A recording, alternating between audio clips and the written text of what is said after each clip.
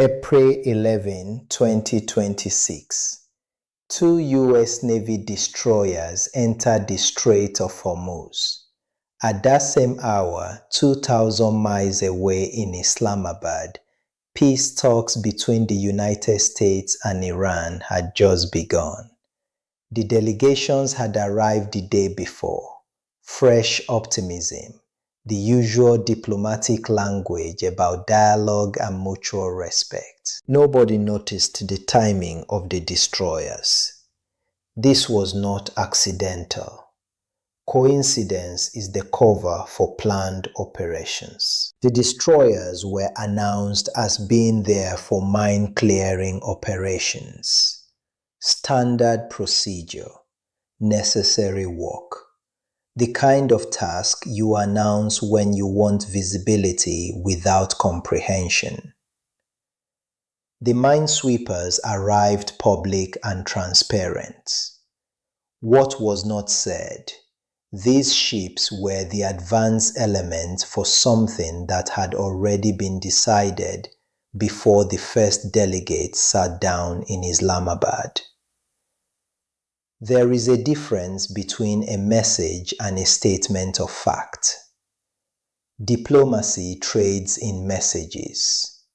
Military positioning trades in facts. The destroyers were a fact. In Islamabad, the talks continued through the night. 21 hours of negotiations. Delegations met in conference rooms, spoke through translators, issued carefully worded statements. The Americans asked, the Iranians listened. The Pakistanis offered hospitality and rooms for side conversations. On April 12 at midnight, the talks collapsed. The details are archived. The public versions say deadlock. The classified versions say something different. What matters is not why they collapsed. What matters is what happened while they were happening. The U.S. Navy does not move without orders, does not position destroyers without plans authored months before, does not clear mines on speculation. The destroyers in the Strait on April 11 were not a response to Islamabad. They were a signal that Islamabad was no longer the relevant theater. The relevant theater was the Strait itself. The relevant question was no longer whether talks would succeed. The relevant question was whether Iran would accept what was already being done to it. On April 13 at 10 o'clock Eastern Time, the operation began. Not announced as a blockade, that word was never used. Announced as an enforcement operation against sanctions violations. Announced as a routine patrol. Announced as necessary to ensure freedom of navigation. The distinction between these names and the word blockade is entirely legal. It is also entirely the operation. You announce one thing to the international audience. You order something narrower to your ships. Both achieve the same result. The public sees a blockade. The legal filing shows targeted enforcement. Both are accurate. Neither is coincidental. 12 warships, 100 aircraft, 10,000 personnel, all positioned not in the Persian Gulf, but outside it, in the Gulf of Oman, in the Arabian Sea, beyond Iranian airspace, beyond the reach of Iranian missile networks designed for Gulf engagement. This choice was deliberate and revealed the logic. The Strait itself remained free of heavy American presence. Iranian small boats, designed for swarm tactics in confined waters, would find no stationary target to attack, no supply ship to sink, no clear engagement scenario. They would encounter the American Navy in open ocean, where size, technology, and coordination made their advantages dissolve. In open water, asymmetry becomes irrelevant. Ships began leaving Iranian ports on April 13. Merchants and tankers responding to what they could see happening. The American Navy watched them transit the Strait unimpeded. The Strait was open. No ships were turned back. No ships were prevented from entering. This was the clever part. Freedom of navigation existed. Enforcement was elsewhere. Then the tracking began. Ships followed into the Arabian Sea, into the Gulf of Oman, past international waters into spaces where different laws applied and different fleets owned the water. 6 merchant ships redirected, 8 tankers intercepted.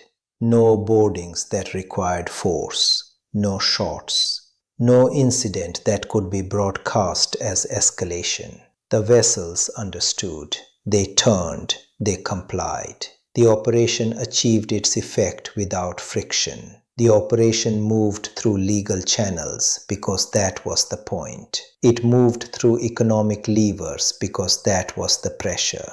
It moved through positioning that made resistance impossible without first accepting disadvantage. This is how power operates when it is confident, not through drama, through inevitability. Meanwhile, China watched.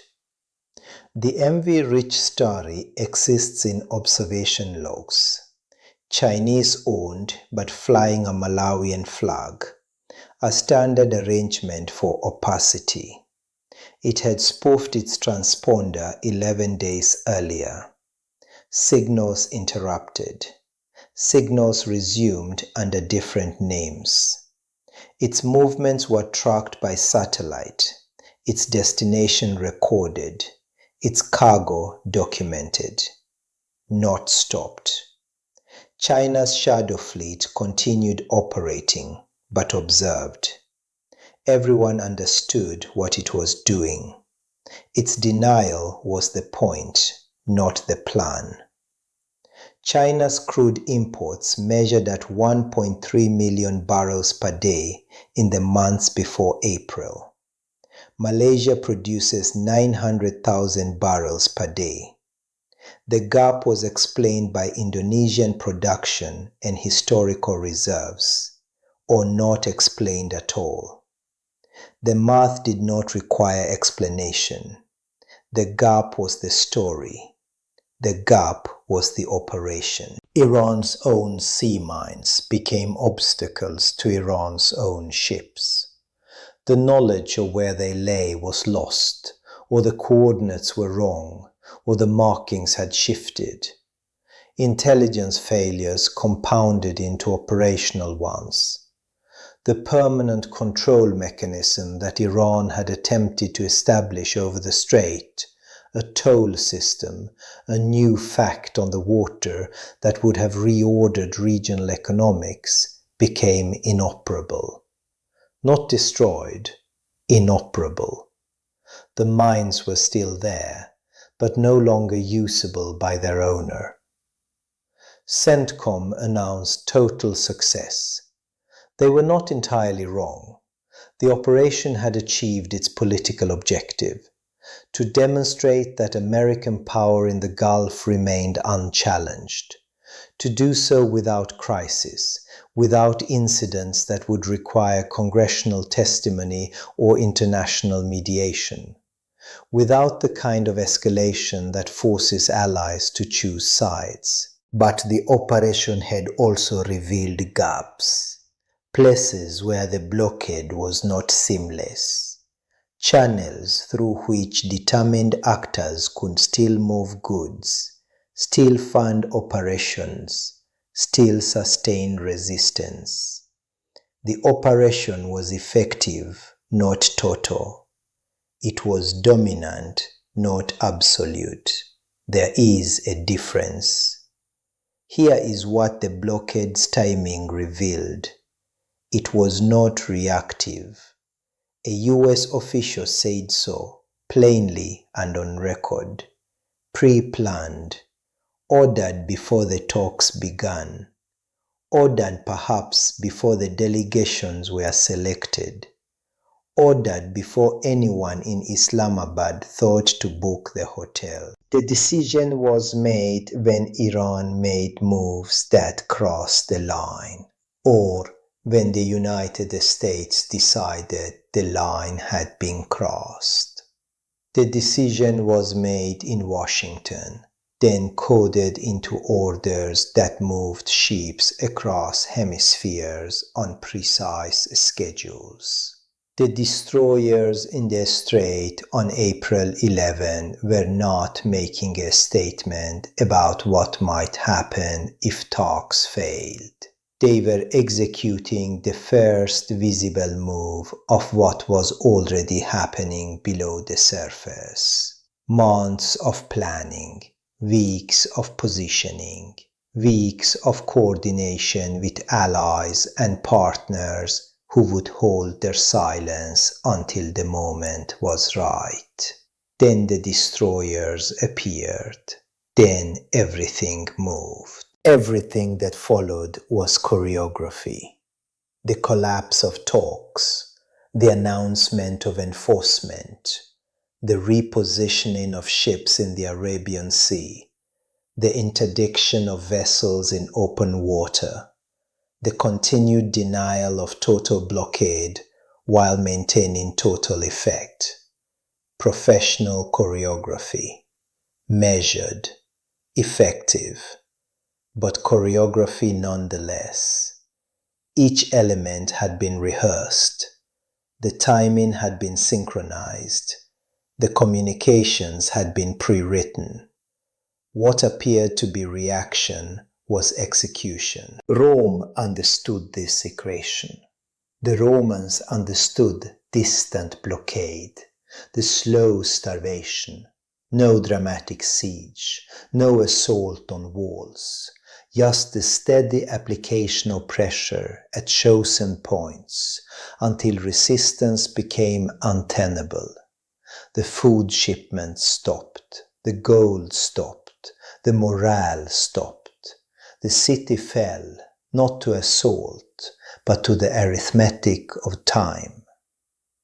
Britain understood this too, the World War blockade, the slow choking of German trade, the ships never firing, rarely even seen by the civilians whose hunger they caused, just present, positioned, waiting, maintained through years of grinding patience until surrender became the only rational choice. The American Navy in the Gulf of Oman in April 2026 was executing the same calculus, not the calculus of immediate force, the calculus of distance and time.